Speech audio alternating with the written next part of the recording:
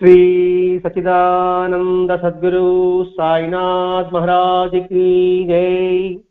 श्री सच्चिदानंद सद्गुरु भरद्वाज महाराज की जय। गुरुदेव दत्त। సద్గురు శ్రీ సాయినాథుని యొక్క అనుగ్రహంతో ఆచార్య ఎకరా భరద్వాజ మాస్టర్ గారి యొక్క ఆశీస్సులతో ఈరోజు నిరంతరం జరిగే సత్సంగ యజ్ఞంలో ఒక భాగంగా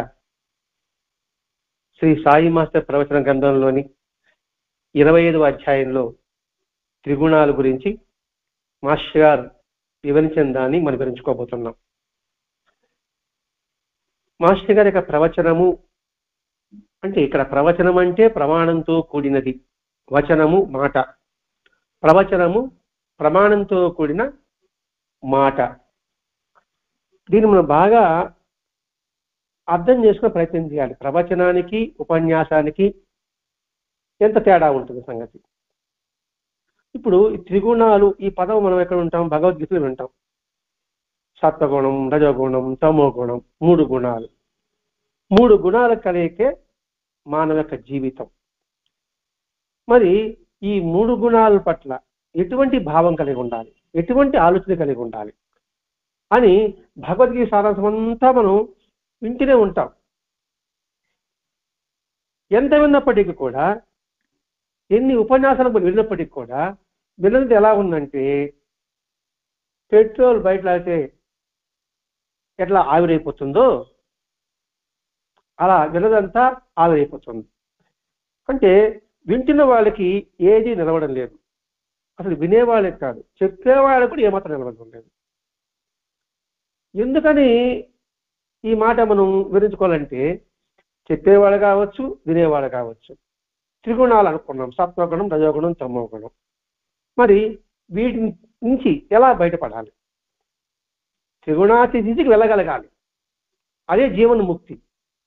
మరి త్రిగుణాతీతికి వెళ్ళగలగాలంటే మొట్టమొదటి ఏం చేయాలి? చిత్తశుద్ధి కావాలి. నేను సత్వంగా పెంచుకున్నాం. ఉత్తమమైన సంస్కారం కావాలి, ఉత్తమమైన భావాలు ఉండాలి అనేసి. మరి ఆ ఉత్తమైన సంస్కారం, ఉత్తమైన భావాలు ఎలా కలుగుతుంది అనే విషయం భగవద్గీతలో విపులంగా చెప్పుకున్నాడు. ఆ భగవద్గీత సారాంశం అంతా కూడా మనం గ్రహించగలగాలి. అది గ్రహించలేదు కాబట్టి సాయినాథుడు 4వ అధ్యాయం 34వ శ్లోకంలో చెప్పాడు. అదే చెప్పబోతుంది ఇక్కడ. మందు వేసుకో, తగ్గిపోతుంది. ఎలా వేసుకోవాలి ఆ మందుని? దాని దోష ఎలా ఉండాలి? ఎలా చేస్తే ఆ మందు మన పని చేస్తుంది అనేది ఉంటుంది ఆ 4వ అధ్యాయం 34వ శ్లోకంలో. తర్వాత వివరించుకుంటాం. ఇప్పుడు దీనికి కారణం ఏంటి? ప్రతి ఒక్కటి కూడా జీవితంలో అన్వయించుకోవడం లేకపోవడం వల్లే జరగడం లేదు, తొలగడం లేదు. మాట చెప్పాను, ఆ మాట చెప్పి సత్యంగా ఉండాలి, ధర్మంగా ఉండాలి, కోపం ఉండకూడదు, రాగం ఉండకూడదు, దేశం ఉండకూడదు చెప్పుకున్నాం. బాగానే ఉంటుంది. అది వచ్చినప్పుడు అలా చెప్పాడు కదా, బాబా ద్వేషం వచ్చినప్పుడు ఏమని చెప్పాడు, రాగం ఉన్నప్పుడు ఎలా ఉండమన్నాడు అని అన్వయించుకుంటే సత్ఫలితం ఉంటుంది. అన్వయించుకోవడం జరగలేదు. ఎందుకంటే ఈ 3 గుణాలు ఒక పని చేసేంట్లో సత్వగుణం, రజోగుణం, తమోగుణం 3 ఉంటాయి. వాటి యొక్క విధానం ఏమిటి తెలియాలి ముందు. రజోగుణం అంటే ఏమిటి విధానం, తమోగుణం అంటే ఏమి విధానం, సత్వగుణం అంటే ఏమి విధానం, దాని అర్థం తెలుసుకోగలిగితే దాని వైపు మనసు ఉన్ముఖమవుతుంది. అర్థం తెలియకపోతే ఉంటుంది, వాళ్ళు చెప్పారు మనం వింటున్నాం, ఇది రజోగుణ తమోగుణం మనకు సంబంధించింది కాదు, మన ఈ కాలంలో అవి మనకి పనికిరాదు అని మామూలుగా జీవన శైలిలో వెళ్ళిపోతూ ఉన్నాం. యజ్ఞం పట్ల ఎవరి ఎటువంటి భావం ఉంటుందో అటువంటి ఫలితమే వస్తుంది. నేనేం చెప్పు, యజ్ఞము, దానము, తపస్సు, కర్మచారం నేను వివరించుకున్నా. వాటి పట్ల ఏ భావం ఉంటుందో అటువంటి ఫలితమే వస్తుంది. యద్భావం తద్భవతి అన్నట్టుగా. నువ్వు ఏ భావంతో చేస్తున్నావు? యజ్ఞం చేస్తున్నావు, దానం, తపస్సు అన్నీ చేస్తున్నావు, నువ్వు ఏ భావంతో చేస్తున్నావు? భగవద్గీతలో ఏం చెప్పాడు? రజోగుణం కలిగిన వాడు అహంకారంతో చేస్తాడు. రెండవది గర్వంతో చేస్తాడు. ఎందుకని? ఎంత గొప్పగా యజ్ఞం చేశాడరా అని అనిపించుకోవాలని చేస్తాడు. అదేమిటి, నీవు ఎదుటివాడు గొప్పగా అనిపించుకోవాలని చేసేవే కానీ ఆ యజ్ఞ ఫలితాన్ని సమాజానికి అన్ని వాళ్ళని మాత్రం నువ్వు అనుకోలేదు. దానివల్ల ఫలితం ఏముంటుంది? ఆ క్షణం వరకు ఉంటే ఉండవచ్చు, మరుక్షణం మాత్రం అది ఉండదు. ఒకటి రాజ్యం కోసం చేయవచ్చు, అధికారం చేసుకోవచ్చు, ఇంద్రపదం కోసం చేయవచ్చు. అంటే ఇక్కడ నీ స్వార్థం కోసం, నాకు ఆ జరగడం కోసంగా నువ్వు చేస్తున్నావు. ఇటువంటి కొరకు చేసేవాడిని రజోగుణ ప్రధానుడు అంటాడు. అట్లా కాకుండా నాకు కానీ శక్తి వచ్చిందంటే నాకెవడు శత్రువో వాడు నాశనం చేస్తాను అని యజ్ఞం తపస్సు చేసేవాడు ఉంటాడు. మరి అటువంటి వాడు ఏ భావం చేస్తున్నాడు? వాడు చూసి నవ్వాడు కాబట్టి, నన్ను చూసి నవ్వాడు కాబట్టి వాడు నాశనం చేయాలి అనే భావంతోనే వాడు చేయగలుగుతున్నాడు. తత్ఫలితం ఏమవుతుంది? నాశనం అవుతాడు. దానికి ఉదాహరణ భస్మాసురుడే. ఈ కిడి చేసిన వాడిని తల మీద చేయబెట్టు, న్యాయంగా ఉంటుంది. అలా కాదు, ఎవడంటే నీకు మనసులో ఎవడంటే ద్వేషం భావం కలిగించిన వాడు అయినప్పటికీ, ద్వేషభావం కలిగించిన వాడు ఎప్పటికీ కూడా వాడి మీద నువ్వు తలబెట్టాలని చూస్తున్నావు. అలా కాకుండా నేను చేసే సాధన సత్వగుణం ఉంటే, నేను తాగితే సత్యమేవాడు బతకాలి, వాడు రోగం ఉంది, వాడి రోగ నివారణ కావాలి, వాడికి బాధలు ఉంది, బాధ పోవాలి అని మాత్రం కోరుకునేవాడు సత్వగుణ ప్రధానుడు.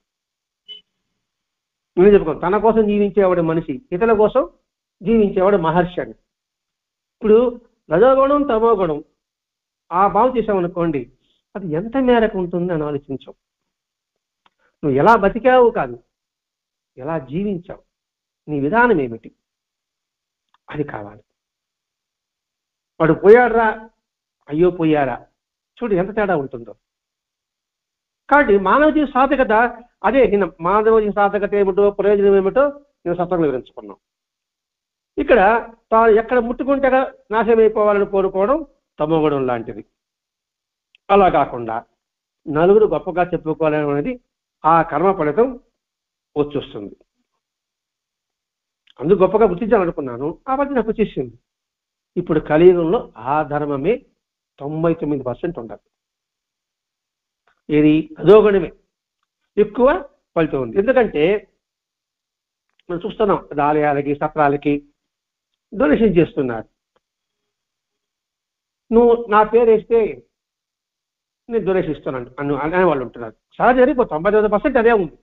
ఎందుకంటే మా తాత పేరు, మా అమ్మ పేరు, మా నాన్న పేరు ఏదో చేయాలని గుర్తుగా చేస్తే అది బాగుంటుందని మా ఉద్దేశము అనుకుంటాం.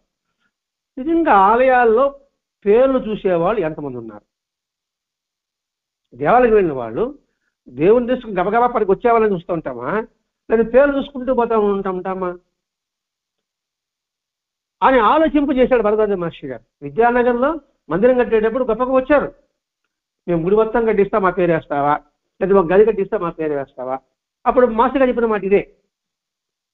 అలా పేరు చూసేది ఎంతమంది ఉంటారండి? ఒకవేళ వేసామనుకోండి, నువ్వేం కోరుకున్నావు? నేను ఇచ్చానని అందరికీ తెలియాలి. తెలిసిపోయింది, ఇది నీ పుణ్యం వచ్చేసింది, ఇది భగవంతుడితో నీకు సంబంధం లేదు.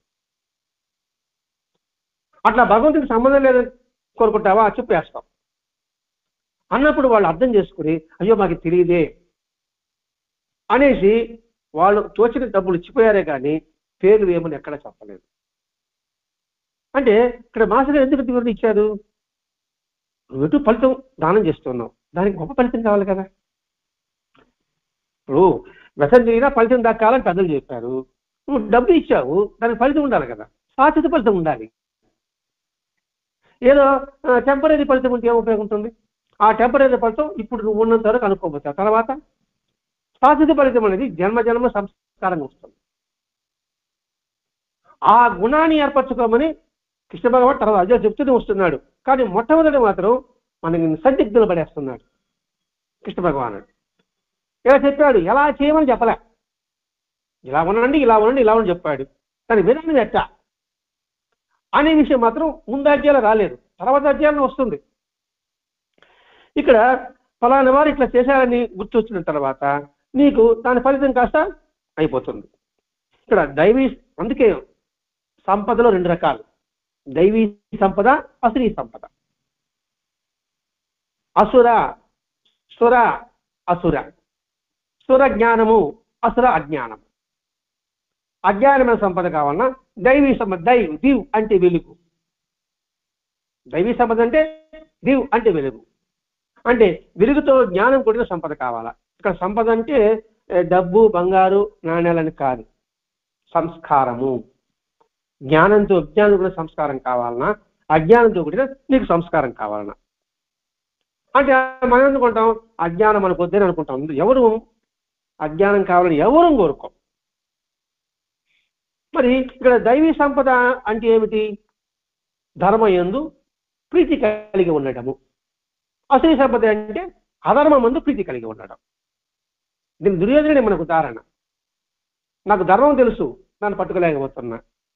అధర్మం అని తెలుసు, దాన్ని విడిచిపెట్టలేకపోతున్నా. అంటే ఏంటి? ఎందుకు పెట్టలేకపోతున్నాడు? దాని మీద ప్రీతి కాబట్టి. మనకు దేని మీద ప్రీతి ఉంటుందో అదే పట్టుకుంటాం మనం. అది సహజం. అది వస్తువులో కావచ్చు, వ్యక్తులు కావచ్చు, పరిస్థితుల్లో కూడా కావచ్చు. ఇక్కడ దైవీ సంపద ఉంది, ఉత్తమ గుణాలు. ఏమిటి దైవీ సంపద? మొట్టమొదటి ధర్మం ఎందు ప్రీతి అన్నాడు. అందుకే మనకి వృద్ధిలో వస్తుంది దైవీ సంపద. 27 గుణాలు చెప్తుంటాడు వాడు. మొట్టమొదటి కావాల్సింది ఏమిటి? సత్ప్రవర్తన, సాత్విక గుణం. ఎప్పుడైతే ఈ సాత్విక భావం ఉంటుందో ఇంకా అక్కడి దయ, కరుణ, అహింస, ఇతరులను ఆశించకుండా ఉండడం, ఆర్జవము, ఇవన్నీ ఉంటాయి. యజ్ఞము, దానము, తపస్సు అన్నీ చేసుకుంటూ వచ్చేస్తాడు. అన్ని చేసిన తర్వాత గర్వం లేకుండా ఉండడం చివరిది. ఇక్కడ మధ్యలో అంతా పక్కనుంచి ముందుది చివరిని పట్టుకున్న చాలు. ట్రైన్ మూవ్ కావాలంటే ఇంజిన్ గార్డు ఉండాలి. పెట్రోల్ ఆ రెండు లేకుండా పెట్రోల్ ఎలా ముందుకు వెళ్ళలేదు. ఈ రెండు ఉండేది అనుకోండి, అన్ని పెట్రోల్ అటాచ్ అవుతాయి. ఆ సత్వగుణము, ఆ నిర్మల హృదయము, నిష్కామైన హృదయము, అవి నేర్పేదే సత్వగుణం. అది ఎక్కడ దొరుకుతుంది అంటే మహాత్ముల సన్నిధిలో దొరుకుతుంది. అది చివరికి చెప్పబోతాడు. ఇప్పుడు తమోగుణం అంటే ఇతరులు నాశనం చేయడం, రజోగుణం అంటే తనలో మంచిగా ఉండడం. కాబట్టి మాకు రజోగుణం వద్దు, తమో గుణము వద్దు, మాకు కర్మలు వద్దు, అసలు ఆధ్యాత్మికత వద్దు అనుకుంటే ఏమవుతుంది? పని చేసామనుకోండి, అహంకారం వస్తుంది, నేను పని చేయను, ఏ కర్మలు చేయను, నేను నాకు ఆధ్యాత్మికత వద్దు, నా బతుకు నేను బతుకుతా. బతుకు ఇదేమి లేకుండా బతుకు, కానీ నీకు రాగద్వేషాలు లేకుండా ఉన్నాయా? ఇష్టం ఉంటుంది. మనిషిన తర్వాత ఇష్టం లేకుండా ఎలా ఉంటుంది? జంతువుకే ఉన్నప్పుడు తనకి ఇష్టమైన పదార్థం తింటుంది, ఇష్టం కాదు వదిలిపెట్టేస్తుంది కదా. మరి మనిషికి లేకుండా ఉంటుంది. నేను ఆధ్యాత్మిక నీకు వద్దు, సరే పక్కన పెట్టి దేవుడు వద్దు, ఎవరు ఏ మహాత్ముడు వద్దు. నీలో రాగద్వేషాలు లేకుండా ఉన్నాయా? మరి ఆ రాగద్వేషాల వల్ల తత్వకి ఏమంటున్నావు? ఈ రాగద్వేషం అంటే గీకుని కొద్ది తాప గజ్జి లాగా అన్నమాట. ఇది అభిమానము అంతే, ద్వేషము అంతే. దానివల్ల ఏమవుతావు? అది పెరుగుతూ పోతుంటుంది, తీవ్రతరం అవుతుంది, ఇంకా ధర్మాధర్మ సంబంధం లేకుండా ఉంటుంది. మనకిష్టమైన వాడు దుర్మార్గుడు, కానీ వాడికి మనం సపోర్ట్ చేస్తాం. వాడు నిజాయితీ గలవాడు, వాడంటే మనకి ఇష్టం ఉండదు, వాడి పట్ల ఎలా ప్రవర్తిస్తాం? ఇది ఆధ్యాత్మిక పక్కన పెట్టి, ఆధ్యాత్మిక పక్కన పెట్టినా కూడా అలా ఉంటే ఏమవుతుంది? దుర్మార్గుడు ఎక్కువ అవుతుందా కాదా? మంచివాడి పట్లేమో వాడికి ఇష్టం లేదు కాబట్టి వాడి పట్ల దుర్మార్గంగా ప్రవర్తిస్తున్నావు. ఒకడు దుర్మార్గుడు, వాడి పట్ల ఇష్టం కాబట్టి నువ్వు వాడిని సపోర్ట్ చేస్తున్నావు. దీనివల్ల పతనం మాత్రం తప్పదు. అలా చేసే సామర్థ్యం కోసం యజ్ఞము, దానము, తపకర్మలు నువ్వే చేస్తున్నావు. అలా చేసి రాక్షస నువ్వే పొందుతున్నావు. ఏది భగవంతుడు పక్కన పెట్టేసినా కూడా, మామూలుగా చూసుకున్నా కూడా ఇష్టమున్న వాడి పట్ల అధర్మంగా ఉంటున్నావు, ఇష్టం లేని వాడి పట్ల నువ్వు అధర్మంగానే ఉంటున్నావు. న్యాయవస్తుడు న్యాయంగా ఉన్నాడు, వాడి పట్ల నీకు ఇష్టం లేదు, వాడి పట్ల అధర్మం. వాడు దుర్మార్గుడు, వాడు ఇష్టపడినాడు, వాడి పట్ల నువ్వు సపోర్ట్ చేస్తున్నావు. దానివల్ల నీకు రాక్షస గుణాలు ఏర్పడుతున్నాయి. కాబట్టి రాక్షసులు అవుతావేమో అని భయం. మరి ఇది చేయాలి. రాక్షసులో ఇది చేస్తే ఏది? తమో గుణం ఉన్న రాక్షసులు అవుతున్నాం. రజోగుణం అంటే అది కాస్త టెంపరీ, ఫలితం వస్తుంది. మరి మన పరిస్థితి ఎలా అని చెప్తూ, అట్లా అవ్వకుండా ఏ గుణాల ప్రబలతను చూచుకుంటూ పోవాలి, సత్వగుణం పెంచుకుంటూ పోవాలి. ఎలా వీలవుతుందండి? కాబట్టి నాకు ఇవే వద్దు, చూసుకుంటే మనం పోలేం అని అనుకుంటాం. మనకనే డిసైడ్ చేసుకుంటాం. అది ఎలా చూసుకుంటా పోతామండి, ఏదో తప్పు ఒప్పు ఇలా బతికేస్తాం అని వాటి జోలి పోకుండా ఉంటే ఎలా ఉంటుందంటే పరీక్షకి మనం ఫెయిల్ అయిపోతాం కదా అనుకుంటాం. అందుకని పరీక్షకే ఒకటి ఎగ్గొడితే ఎక్కడుంటారు? అధపదానికి వెళ్తాం. అలా కాకుండా అది కష్టమో నష్టమో పరీక్షకు వెళ్ళామనుకోండి, ఏదో కొద్ది తెలిసి వచ్చాయనుకోండి, కొద్దిగా గొప్ప మార్కులతో పాస్ అవమా అని కొందరు. అని ఇక్కడ ఎత్తున్నాడు, నీకు తెలిసినా తెలియకపోయినా, దాని అర్థం తెలిసినా తెలియకపోయినా నువ్వు ధర్మాలు చేసుకుంటూ పోతూ ఉండు అని చెబుతున్నాడు. ఒకవేళ రజోగుణములు చేస్తే నీకు మంత్రి పదవి రావచ్చు, ఇంద్ర పదవి రావచ్చు. పోనీ ఆ ఇంద్ర పదవి మంత్రి పదవి ఎంతకాలం ఉంటుంది? నీ పుణ్యం అనంతరకు ఉంటుంది, తర్వాత జారిపోతుంది. మంత్రి పదవి ఉంటే ఎవరైనా గౌరవిస్తాడు. అంటే సార్ నన్ను ఎక్కడ అంటాడు. ఆమె అయిపోయిన తర్వాత మనం తలుచుకునేవాడు ఉన్నాడు. వాడి పరిస్థితి ఏమిటి? అంతకన్నా గౌరవం ఉంటుందిగా అని చెబుతూ, నువ్వు ఏ భావంతో చేసుకుంటూ పోవాలి అని చెప్తున్నాడు ఇక్కడ. అందుకే దైవీ సంపద కలిగి ఉండి చేసుకుంటూ పోతూ ఉండని చెప్పాడు. ఇక్కడ ఎట్లా అంటే మన పరిస్థితి ఎలా ఉందంటే, కాలేజీల సీటు కోసంగా వాళ్ళ కాళ్ళు వీళ్ళు గడ్డలు పెట్టుకొని కాలేజీలో చేరడం నుంచి నేను ఖచ్చితంగా డాక్టరో ఇంజనీరో ఆడిటర్ ఏదో ఒకటి సంకల్పం ఒకటి ఉంటుంది కదా, అది అవ్వాలని ప్రయత్నం చేసి 3 నెలల తర్వాత దాని మీద ధ్యాస లేకుండా ఉంటుంటాడు. ధ్యాస ఉన్నవాడు ఎంతమంది ఉంటాడు? ఆ ఎంతమంది పట్ట తీసుకొని ఉంటాడు? అంటే ఏంటి? వాడు సత్వగుణంతో అంటే మంచి భావాలతో చదువుకుంటూ పోతున్నప్పుడు మాత్రమే వాడు సఫలీకృతుడవుతాడు. అంటే చేరాడు, చదివాడు, పరీక్ష అయ్యాడు, మళ్ళీ ఎంట్రన్స్ అవుతున్నాడు. ఎంతమంది ఉత్తీర్ణులు అవుతున్నారు? కానీ ఇక్కడ అనుకుంటాం మాత్రం కాదు. ఇది ముందు చెప్పుకున్నాం, నేను ఆ సత్వగుణం పెంపొందించుకోవాలి, రజోగుణం తొలగించుకోవాలి అనుకున్న మాత్రంగా వీలు కాదు. మరి ఎలా ఎప్పుడు వీలు అవుతుంది అంటే ఏంటి? సంకల్పం దృఢంగా ఉండగలిగితే. ఇప్పుడు నాకు కోపం వస్తుంది, కోపం పడకూడదు, కోపం మీద కోపం వస్తుంది, ఏమిటి ఇలా ఉన్నాము అని అనుకుంటే శాంతం వస్తుందా? కోపం ఎందుకు వస్తుంది? దానికి కారణం ఏమిటి? కోపం వస్తుందంటే ఎక్కడి నుంచి వస్తుంది కోపం? బయట నుంచి వస్తుందా, లోపల నుంచి వస్తుందా అని ఆలోచన కలిగినప్పుడే వస్తుంది. సమస్య ఉన్నప్పుడు దానికి ఆలోచించే పరిష్కారం ఉంటుంది. ఆలోచించుకుంటే సమస్యగానే ఉంటుంది. ప్రతి ఒక్కరూ సత్యంగా కోరుకుంటారు, అసత్యం ఎవరు కోరుకోరు. అంటే మోసం ఎవరికి ఇష్టం ఉండదు. ప్రతివాడు సత్యంగా ధర్మంగా బతకాల అనుకుంటాడు. మరి బతకగలుగుతున్నాడా అంటే లేదు. కాబట్టి ఆ సత్వగుణము, రజోగుణము, తమోగుణం ఇట్లా ఉంటే తెలుసుకున్న వాళ్ళు కూడా జరగదు. ప్రయత్నం చేస్తే వీలు కాకపోయా, ప్రయత్నం చేయలేకపోతే ప్రయోజనం లేదు. నేను ప్రయత్నం చేస్తున్నా, వీలు కాలే అంటే ఏమిటి? మనం భగవద్గీత చదివాం, రామాయణం చూసుకున్నాం, భారతం విన్నాం తర్వాత కూడా ఏమిటి? ఇప్పుడు భారతం అనుకోండి, చూస్తే దుర్యోధన కోపం వస్తుంది. రామాయణం చూసాం అనుకోండి, రావణాసుడి మీద కోపం వస్తుంది, లేదా మందరం మీద కోపం వస్తుంది. మరి ఎలా? ఆ మంత్రం మనలోనే ఉంది సార్, మనం గ్రహించలేకపోతున్నాం. ఆ రావణాసురుడు మనలో ఉన్నాడు సార్, మనం గ్రహించలేకపోతున్నాం. మనలో ఉన్న గ్రహింపు చేసేవాడు ఒకడు ఉన్నాడు, అది ఈ కలియుగంలో అవతరించాడు. అది చెప్పబోతాడు శ్రీ సాయినాథుడు.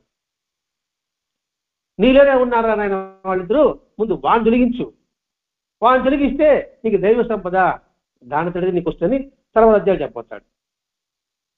కొంతమంది ఏమంటారు, సత్వం ఎలా కలుగుతుందంటే, మాస్టర్ ప్రశ్న వేశాడు, సత్వం ఎలా కలుగుతుంది, దైవ సంపద ఎలా కలుగుతుంది? అది ఉంటే ఫలితం, అది కలిగితే కానీ ఫలితం రాదు కదా, మరి ఎట్లా? జాగ్రత్తగా ఆచరించకుండా పోతే సత్వగుణం వస్తుంది పెద్దలు చెప్పారు.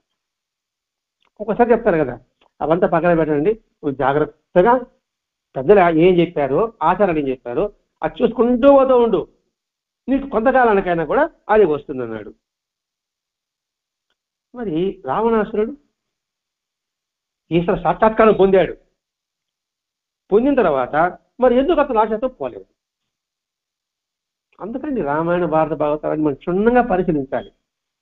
మరి ఆత్మలింగానే పొందాడు రావణాసురుడు, మరి ఎందుకు రాక్షసుడు అతనికి పోలేదు అంటే, మరి ఎన్ని వేదాలు చదివి ఉంటాడు ఆయన?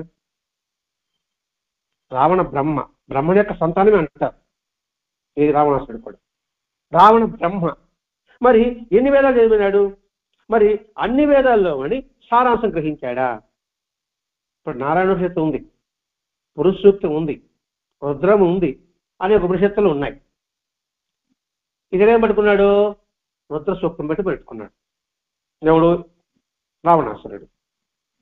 నారాయణోపనిషత్తు ఏం చెప్పాడు, పురుషోత్తులు ఏం చెప్పాడు, రుద్రంలో ఏం చెప్పాడు?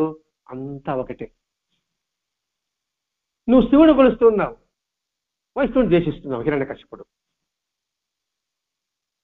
ఇప్పుడు పురుషుడు ఏంది? సహచేత పురుష సహస్రపాత్ సభూమి స్వతో వృత్వ అచిసజహాంగులం సహస్ర శీర్ష అన్నప్పుడు అన్ని తలలు నీ యొక్క స్వరూపం అన్నప్పుడు ఇదే పురుషోత్తమంలో ప్రతి ఒక్కరికి చెప్పుకుంది కదా, మరి ఎందుకు మనం గ్రహించలేకపోతున్నాం అంటే ఏంటి? నేను మాట చెప్పాను కానీ అనుభూతి ఇవ్వలేకపోతున్నా. కృష్ణుడు ఎవరికి ఇచ్చాడు? అర్జునుడికి మాత్రం ఇచ్చాడు. మరి మిగతా వాళ్ళ పరిస్థితి ఏమిటి? మరి అప్పుడు కృష్ణుడు ఎందుకు అంతమందికి ఇవ్వలేదు అంటే అర్హత లేదు. అందుకని కృష్ణ భగవానుడు భగవద్గీత ఎవరికి చెప్పాల? ఒక అర్జునుడికి చెప్పాడు అని చెప్తాడు. అర్జున, ఇది రహస్యాదరసం, ఇది నీకే చెప్తున్నా. మనం గత అధ్యాయాలు వివరించుకున్నాం ఈ విషయం అంతా కూడా. అర్హత లేని వారికి వేదం బోధించకూడదు అని ఉపనిషత్తుల్లో ఉంది అని గత అధ్యాయాలు మనం వివరించుకున్నాం. ఇది ఒక అధ్యాయం బదులు అనుసంధానం చేసుకుంటూ పోవాలి. అందుకని కృష్ణుడు అర్జునుడికి చెప్పాడు. కానీ ఈ కలియుగంలో వాడు అర్హత ఉన్నాడా, అర్హత లేదా, అందరూ తరింపబడాలి ఈ కలియుగంలో. ఎందుకంటే ఈ కలి బాగా మాయ. అందుకని ఈ కలియుగంలో శ్రీనివాస స్థాయిలో అవతరించాడు. భక్తి ఉన్నవాళ్ళు వచ్చారు, భక్తి లేని వాళ్ళు వచ్చారు, ఇద్దరిని వదిలించాడు. నమ్మకం ఉన్నవాళ్ళు వదిలించాడు, నమ్మకం లేని వాళ్ళు విధించాడు. విశ్వాసం ఉన్నవాళ్ళు విధించాడు, అవిశ్వాసం వచ్చిన వాడిని వదిలించాడు. అందుకని ఈ కలియుగంలో సాయి తత్వాన్ని బలదాజ మహర్షి గారు ఎందుకని తీసుకెళ్తున్నాడంటే, ఇది తప్ప వేరే మార్గం లేదు కాబట్టి. నిజమైన సాయి తత్వాన్ని ఎవరైతే గ్రహిస్తాడో వాడిలో రాగద్వేషాలకు అతీతంగా ఉండడానికి నిరంతరం ప్రయత్నం చేస్తాడు. అతీతులు అవుతాడని చెప్పండి, నిరంతరం మాత్రం ప్రయత్నం చేస్తాడు. అందుకు దోహదపడేది సత్సంగం. అందుకని మాత్రం సత్సంగం ఆయుధంగా పట్టుకున్నాడు. స్థాయినాథుని ఆలంబనగా తీసుకోమని చెప్పాడు. ఇలా అవగాహన లేకుండా ద్వేష, అసూయ, రాగంతో అందులో ఆ సానుగుడిలో మనం తగులుకుంటున్నాం. మరి వాళ్ళు యజ్ఞం చేశారు, దానం చేసి తప్ప చేశారు, మరి ఎందుకు ద్వేషం తొలగిపోవడం లేదు? కాబట్టి వాటిని పాటిస్తూ పోతుంటే తొలగిపోతాయనేది కూడా నమ్మడం కష్టం. మరి ఏం చేయాలి? ఇది ఎక్కడంటే పిచ్చి కుదిరితే కానీ పెళ్లి కుదరదు, పెళ్లి కుదిరితే కానీ పిచ్చి కుదరదు సామెతలో ఉన్నది ఇక్కడ. మరి ఎలా అంటే ఈ దోషాలు తొలగితే తప్ప, ఏ దోషాలు? తమో రజోగుణం తొలగితే తప్ప యజ్ఞ దాన తపకరములు ఉత్తర ఫలితాన్ని ఇవ్వవు. మరి ఆ దోషం తొలగేది ఎట్లా? పాటిస్తూ పోతుంటే అన్నమాట సరిపోవడంలా. అందరూ పాటిస్తూ పోయారు, మనకి విశ్వామిత్రుడు పాటిస్తూ పోయాడు, మహర్షులు కూడా చాలా మంది చూస్తున్నాం మనం. మరి ఎందుకు వాళ్ళు అలా రాగద్వేషం ఉంది? జడ భరతుడు అన్ని వదులుకుని వెళ్ళాడు, మళ్ళీ ఎందుకు రాగంతో మళ్ళీ జన్మలు వచ్చాడు? బాబా చేతుల్లో ముకుంద్ బ్రహ్మచారి ఎంత గొప్ప తపసంపన్నుడు, ఎందుకు ముస్లిం మత దేశం పట్ల మళ్ళీ అక్బర్ చక్రవర్తిగా జన్మించాడు అంటే ఏంటి?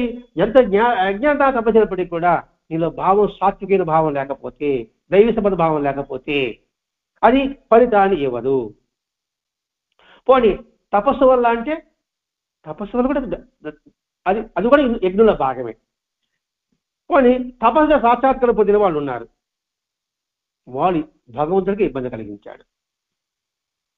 హిరణ్యాక్షకుడు, హిరణ్యకశిపుడు బ్రహ్మకు తపస్సు చేసి వాళ్ళు సాక్షాత్కారం పొందినప్పటికీ కూడా వాళ్ళకి ఇబ్బంది కలిగించాడు. అంటే తపస్సు చేసినా కూడా సాత్వికులు కాలేకపోయారు. ఇంకొకరు ఏం చెప్తారంటే ఆహార శుద్ధి సత్వశుద్ధి అని చెప్తారు. భగవంతుడు చెప్పున్నాడు కదా. దానికి సరే అర్థం తెలియకపోవడం వల్ల కృష్ణుడు చెప్పాడండి ఆహార శుద్ధి సత్వశుద్ధి, కాబట్టి శాకాహారం తీసుకుంటే వాడి సాత్వికం వస్తుంది, కాబట్టి మాంసాహారం నిషిద్ధము, శాకాహారం తీసుకోండి అని ఒక సాంప్రదాయం. అందులో ఏం చెప్పాడు కృష్ణుడు? రజోగుణం కనుక వాడు ఏ ఆహారాన్ని ఇష్టపడతాడు, తమోగుణం ఉన్నవాడు ఏ ఆహారాన్ని ఇష్టపడతాడు, సాత్విక గుణం ఉన్నవాడు ఏ ఆహారం ఇష్టపడతాడు అని మాత్రమే చెప్పబడుతున్నాడు. ఆ మూలం తీసుకోలేకుండా ఆహార శుద్ధి సత్వశుద్ధి అనే దాన్ని ప్రచారం చేసుకుంటూ వస్తున్నాం. నిజంగా ఇక్కడ కృష్ణ భగవాన్ చెప్పింది సత్వగుణానికి పనికి వచ్చే ఆహారం తింటూ ఉంటే సత్వగుణం వస్తుందని ఆయన చెప్పారని చెబుతున్నాడు. ఆయన చెప్పింది ఏంటంటే భగవద్గీతలో సత్వగుణ ప్రధానుడు ఎటువంటి ఆహారం ఇష్టపడతాడో చెప్పి ఉన్నది, కానీ ముక్కు మూసుకుని ఆనందాగినట్టుగా ఆ శాకాహారం తింటే నువ్వు సాత్విక అవుతాడని మాత్రం చెప్పలేదు. ఇది మనం బాగా గుర్తుపెట్టుకోవాలి. ఇష్టం లేకుండా నువ్వు శాకాహారం తిన్నంత మాత్రాన రాగద్వేషాలకు అతీతంగా ఉండగలుగుతున్నావా? అటువంటి భావాలు ఉంటూ అంటే మొట్టమొదటి చిత్తశుద్ధి ఏర్పరచుకున్న తర్వాతనే నీకు సాత్వికమైన ఆహారం పట్ల దృష్టి మరలుతుంది, అది ఇష్టపడతాడు. కాబట్టి ఇక్కడ ఒక పక్కేమో యజ్ఞదాన తపకర్మ చేయవలసి చెప్పాడు. సత్వగుణ రజోగుణ ప్రధానంలో తమగుణంలో సత్వగుణం ఉండమని చెప్పాడు. మరి ఎట్లా ఇంతకని ఏం చెప్పినట్లు అని ప్రశ్నిస్తున్నాడు ఆయన. ఇంతకీ ఆయన ఏం చెప్పినట్లు, ఎలా చేయాలి అంటే వాడికి బాగా రోగం ఉందనుకోండి, వాడు అన్ని దాఖలకు వెళ్ళాడు, నేను వచ్చి ఆడకెడికి వెళ్ళిపోతావరా నా దేశారా నేను చెప్తాను అన్నాడు. సరే నా దగ్గరకు వచ్చాడు, నేనేం చెప్పాను సరైన మందు వేసుకొని తగ్గిపోతా అన్నాడు. ఇప్పుడు కృషి చెప్పింది అట్లాగా అనిపిస్తుంది మనకి. ఇప్పుడు నువ్వు సత్వగుణం కలిగి ఉండు, యజ్ఞదాన తపక్రమ చేయి, నీకు సాత్విక భావాలు అలవడుతుంది అన్నాడు. మరి ఎలా పొందాలో చెప్పలేదు. ఏది ఈ యజ్ఞాన్ని చెప్పలేదండి. తన అధ్యాయం వస్తుంది అనుకోండి, మొట్టమొదటి ప్రశ్న వేసుకోవాలి కదా. కాబట్టి ఈ ప్రశ్నే భరద్వాజ మనకి చాలా సంవత్సరాలుగా ఉందట. ఎట్లా వీలవుతుంది? కృష్ణుడు ఏం చెప్పాడు? ఇప్పుడు అననచందం చేసి యోగక్షేమాన్ని చూస్తానని చెప్పాడు, వద్దరే ఆత్మాత్మానం అని చెప్పాడు, చదువుని ఆశ్రయించమని చెప్పాడు. మనం గత అధ్యాయాలు వివరించుకున్నట్టుగా నాశనాన్ని గుర్తించుకున్నప్పుడు ఇంకా ఆయన నాకేం పని? నేను సద్గురుని ఆస్తికి అనిచేటప్పుడు నేను ఎందుకు కష్టపడాలి? అనన్య చింతన చేస్తే నువ్వు యోగక్షేమాలు చూస్తావని చెప్పావు, అప్పుడు నేను చేస్తే నువ్వు ఇస్తున్నావు, అప్పుడు తీసి నాకేం పని? ఈ మూడు ప్రశ్నలు మాస్టర్ గారికి వచ్చాయి. దానికి వివరణ కూడా మనం గత అధ్యాయాలు వివరించుకుని ఉన్నాం. అదే ప్రశ్న ఇక్కడ మాస్టర్ గారికి కూడా అదే ప్రశ్న ఇస్తున్నాడు. ఇక్కడ అలా వేశాడు. సత్వగుణం పొందాలంటే ఎలా చేయాలి, మనం దైవ సంపద ఎలా పొందాలి అని అనేక మంది అడిగాడట మాస్టర్ గారు. భగవద్గీత అవపాసన పడిన వల్ల ప్రతి ఒక్కరిని అడిగాడట. కానీ ఎవరు కూడా చెప్పిన సమాధానం మాస్టర్ గారికి సరిపోలేదు. అంటే అది కూడా 10 మందిని అడగడట, ఒంటరిని అడిగేవాడట. అంటే వాళ్ళకి తెలియదని చెప్పడం కోసం కాదు, నాకు తెలుసని చెప్పుకోవడం కోసం కాదు, దాని భావం ఏదో, నీ భావం ఎలా ఉంది, నా భావం ఎలా ఉంది అని పరస్పరము సరిచూసుకోవడానికి నేను అడుగుతున్నాను అని వస్తున్నానండి ఇక్కడ. అంటే వాళ్ళు తెలుసుకోకుండానే మాట్లాడుతున్నారని మాత్రం అర్థమైపోయింది. ఎవరైనా అంతే. ఇప్పుడు బాబా చరిత్ర నేను చెప్తున్నాను అనుకోండి, లోతుగా అడిగితే నేనేం చెప్పగలుగుతాను? ఏదో పైపైన ఉదాహరణ చెప్పి తిమ్మిని బమ్మిని చేసినట్టుగా మాట్లాడగలుగుతాను. అనుభూతి పొందినాడు అనుకోండి, స్పష్టంగా చెప్పగలుగుతాడు. అంటే మళ్ళా మొదటిగా వచ్చేసిన ప్రశ్న మనం అంటే ఎట్లా వీలవుతుంది? అందుకే బాబా చేతుల్లో నానాశ అధ్యాయం బయటపెట్టాడు. 9 అధ్యాయం ఉపదేశాలు. అక్కడే ఆ సంఘటన ఏంది? బాబా వద్దకు వచ్చాడు. బాబా కాళ్ళు విసుకుతున్నాడు నానచంద్రకారు. ఏదో గొనుక్కుంటున్నాడు. ఎందుకు గొనుక్కుంటున్నాడు? బాబా సన్నిధిలో ఏదో చెడు ఆలోచన వస్తుంది కాబోలు, చెడు భావాలు వస్తుంది కాబోలు, కాబట్టి భగవద్గీత చదువుకుంటా ఉంటే ఆ భావం రాకుండా ఉంటుంది కాబోలు, లేదా బాబా కొడతాడేమో, నా పరువు పోతుందేమో. ఇంతకుముందు పరువు పోయింది. 2 ముస్లిం స్త్రీలు వచ్చినప్పుడు చూడాలనిపిస్తే బాబా లంపకాయ కొట్టడం, అది గుర్తొచ్చి ఏదో సేవ చేసుకుంటూ కూర్చున్నాడు. ఆ శ్లోకాలు వల్లిస్తూ ఉన్నాడు. అప్పుడు బాబా ఏమన్నాడు? ఏమిటా వల్లిస్తున్నా ఉన్నాడు. అదే కదా అది భగవద్గీత మీకు అర్థం కాదే సంస్కృతం ఉన్నాడు. పర్వాలేదు చెప్పురా అని చెప్పాడు. 4వ అధ్యాయం 34వ శ్లోకం. తద్విధి ప్రణపాతే పరిపక్ష సేవయ ఉపదేశ జ్ఞానం జ్ఞాన తత్వదర్శన అన్నాడు.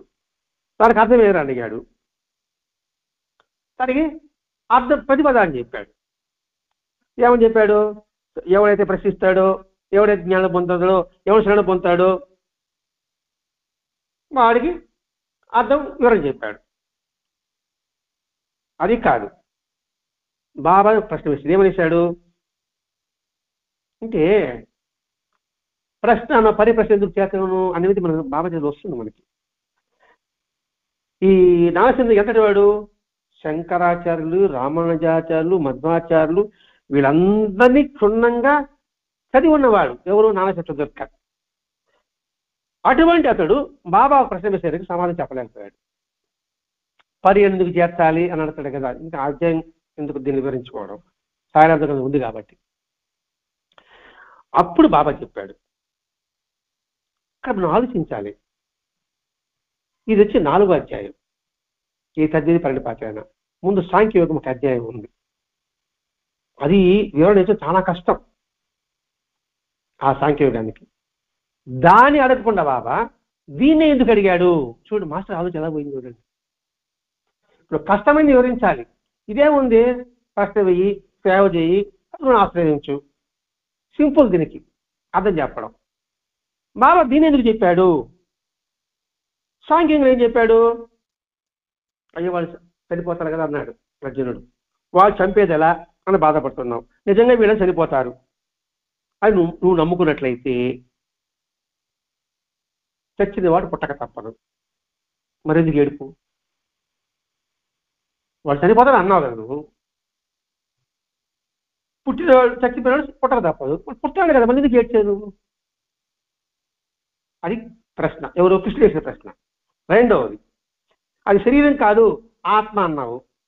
అట్లా అనుకుంటాం. మరి ఆత్మకి చావు లేదు కదా, అగ్ని తడపదు అని, అగ్ని కాల్చదు, నీరు తడపదు అని ఉంది కదా, మరి నువ్వు ఎందుకు బాధపడుతున్నావు? ఇది పుడుతూ చస్తుండేదే కదా, ఏది శరీరం, మరి ఆత్మకు చావు లేదు కదా, మరి నువ్వు ఎందుకు బాధపడుతున్నావు? ఇవన్నీ ఇంకా చాలా అర్థాలు ఉంటాయి. ఇవన్నీ దాటేసాడు ఎవరు? సాయిబాబా. అన్నీ దాటేసి ఈ శ్లోకాన్ని ఎందుకు పట్టుకున్నాడు, దీని అంతరార్థం ఏమిటి అని మాస్టర్ గారికి సందేహం కలిగింది. చూడండి ఎంతమంది గొప్ప మేధావులు అడిగాడు, అక్కడెక్కడ మాకు సమాధానం పడలే. బాబా సన్నిధికి వచ్చారు. వచ్చిన తర్వాత బాబా చరిత్రని క్షుణ్ణంగా పరిశీలించాడు. పరిశీలించినప్పుడు మొత్తం చరిత్రంతా కూడా ఈ ఒక్క శ్లోకాన్ని బాబా చెప్పుకున్నాడు. ఏమిటి దీని అంతరార్థం అని అన్వేషించాడు. అన్వేషించినప్పుడు అప్పుడు అర్థమైందట. చాలా కాలం తర్వాత అర్థమైంది. అది కూడా వస్తున్నాడు. మా చాలా కాలం తర్వాత ఎందుకు చెప్పారు అర్థమైందట. ఏముందంటే ఈ విశ్వమంతా కూడా తన రూపేమైన నిరూపించిన సాయినాథుడు గురువు పట్టుకున్నాడు. అతడు ఎవరు? నానాచంద్ర. ఎంతడు పుణ్యము. సర్వదేవతా స్వరూపుడుగా దర్శనమిచ్చాడు. అన్ని జీవులు విశ్వరూపంగా ఆయన దర్శనమిచ్చాడు. ఎక్కడ ఏం జరుగుతుందో సర్వజ్ఞాతాన్ని తెలియజేశాడు, నిరూపించాడు. చివరికి వేదాలు ఉచ్ఛ్వాస నిశ్వాసాలతో కలిగి ఉన్నవాడు. అటువంటి వాడిని ఆశ్రయించాడు. ఇక్కడ ఉద్దేశం ఏంటంటే నాగచంద్రుడికి ఎవరిని ఆశ్రయించాడు? సర్వేతా స్వరూపుడు దర్శనమిచ్చిన వాడు, విశ్వరూపం దర్శించిన వాడిని ఆశ్రయించాడు. అటువంటి ఆశ్రయించిన తర్వాత నీకు ఎటువంటి భావాలు, అటువంటి ఆశ్రయించిన తర్వాత నువ్వు ఉత్తమైన భగవద్గీత శ్లోకాలు చదువుతున్నావు. మరి చదువుతూ కూడా నీకు అటువంటి భావాల కోసం చదువుతున్నావు అంటే చెడు భావాలను రాకూడదని చదువుతున్నావు. అంతేగాని ఆ శ్లోకాల అర్థాన్ని నువ్వు గ్రహించలేకపోతున్నావు. ఆ శ్లోకం మొత్తం అర్థం ఏమిటి? మహాత్ములను శరణాగతి చెందు, మహాత్ముల యొక్క సేవ చేయి, జ్ఞానాన్ని ప్రశ్న వేయి. ఆశ్రయించావు, అది చేశావు, ఓకే. మరి సేవ ఎలా చేయాలి, పరిప్రశ్న ఎలా వేయాలి అది తెలియదు. ఇక్కడ భగవద్గీతలో మొత్తం సారాంశం ఏంటి? మంచి చెడు సమభావంతో చూసుకో, సుఖ దుఃఖాల పట్ల సమభావం కలిగి ఉండు, శీతలం అంటే చలి వేడి పట్ల సమభావం కలిగి ఉండు. మరి రాగము ద్వేషం పట్ల నువ్వు ఎలా ఉండాలి? నన్ను తిడతాడు కదా, బాబా కొడతాడు కదా అనే భావంతో ఆ శ్లోకం నువ్వు చదువుతున్నావు, ఏం ప్రయోజనం ఉంటుంది? అంటే ఇక్కడ ఒకటే, ఇక్కడ నువ్వు ఏది చేసినా దాని అర్థాన్ని, భావాన్ని తెలుసుకొని చదవగలగాలి. అంటే వాచ మాత్రం ఏది ఉండకూడదు, దాని అర్థం నువ్వు గ్రహించు.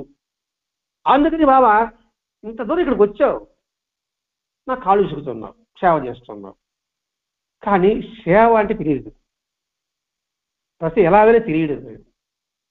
కానీ వాచ మాత్రం నువ్వు ఉచ్చరిస్తున్నావు. నీ దుంపదగా ఎలాగో నువ్వు ఆశ్రయించావు కదరా నాయన. మరి ఆ శ్లోకంలో భావాన్ని నువ్వు గుర్తుపెట్టుకో. అంటే సద్గురు దగ్గర చేయకూడని ఆలోచనలు వస్తాయని, చేయకూడని పనులు వస్తాయని నువ్వు చదువుతున్నావు. అట్లా రాకు, బ్రహ్మజ్ఞానం కావాలని రా. మహాభగవతుడు అయినప్పుడు నాకు బ్రహ్మజ్ఞానం కలగాలని అలా చెయ్యి. అలా కాకుండా నువ్వు ఈ భావం చేసి ఉపయోగం ఉండదు. ఇప్పుడు భారతంలో నిండు సభలో ద్రౌపదిని వస్త్రాపణ జరుగుతూ ఉంది. ఆమె తనను కాపాడుకుంటానని చేతులు పట్టుకున్నంత వరకు కృష్ణుడు రాలేదు. కృష్ణ నువ్వే శరణకు వచ్చిన తర్వాత వచ్చాడు. మరి ఆ ఒక్క వాచి ముద్దు పెట్టుకుని సరిపోతుంది కదా. శరణ్ అంటే ఏమిటి? నీవు తప్ప ఇంకెవరు దిక్కులేదు. అటువంటి సంపూర్ణ శరణాగతి తీసినప్పుడు నీకు ఎటువంటి ఆలోచన నీకు రావురా, ఇంతటి అర్థం ఇందులో ఉంది. ఎందుకంటే గొప్ప నాన్న ఉన్న తర్వాత మన ఆలోచనలో ఉన్న భావాలు ఎలా ఉంటుంది? సాత్విక వైపు వెళ్తుంది.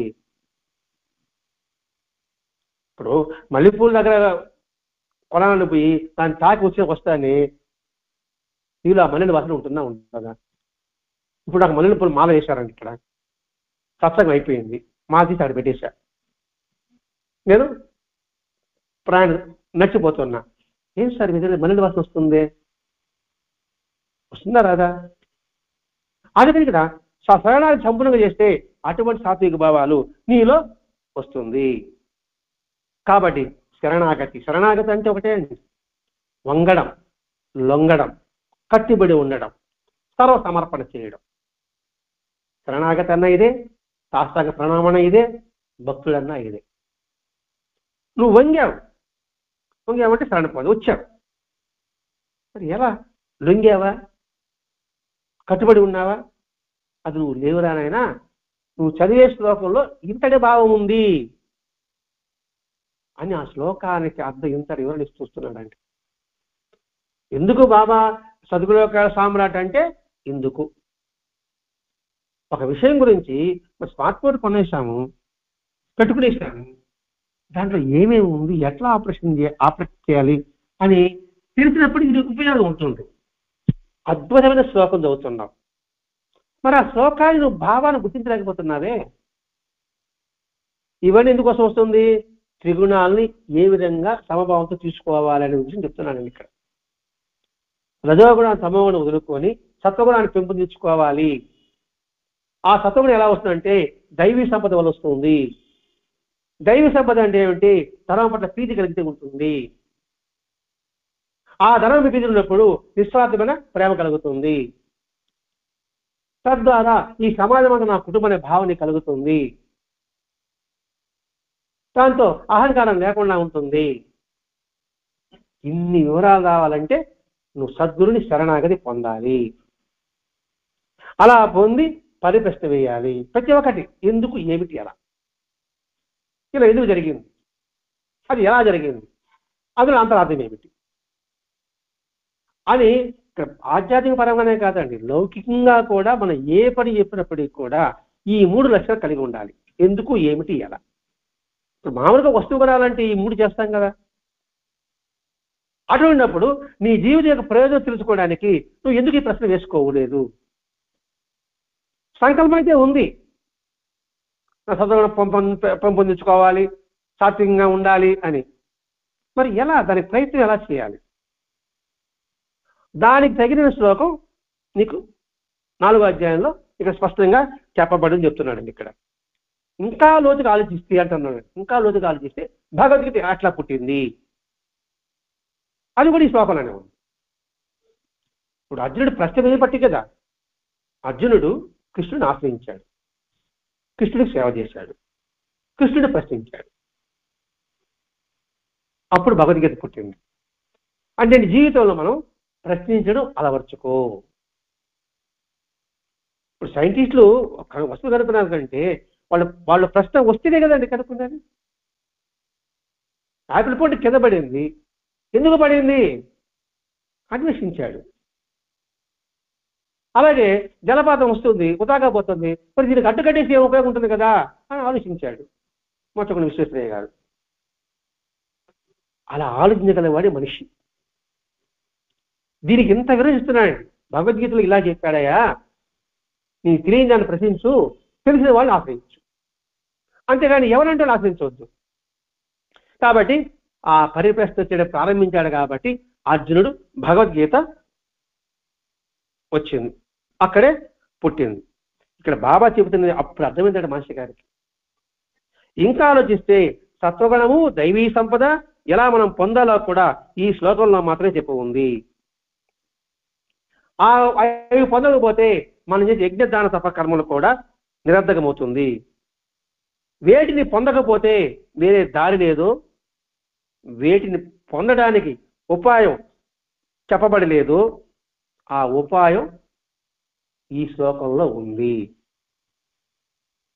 అంటే ఇక్కడ ఏంటి, యజ్ఞం చేసినా, దానం చేసినా, తపకర్మం చేసినా దానికి కావాల్సింది సత్వగుణము, దైవీ సంపద. ఇక సత్వగుణము అంటే శరణాగతి చెందు, పరిపృష్ట చెయ్యి. అలా చేస్తే సద్గురువుని ఆశ్రయిస్తే నీకు దైవీ సంపద అనేది నీకు సంక్రమిస్తుంది. ఆ భావంతో ఉన్నప్పుడు నువ్వు ఏం చేసినా కూడా ఫలితం ఉంటుంది. సరే, సింపుల్గా ఒక వాక్యం చెప్పుకోవాలంటే, నాకు దేవుడు వద్దండి, దైవం వద్దండి, నేను సమాజ సేవ చేసుకుంటాను అంటాను నేను.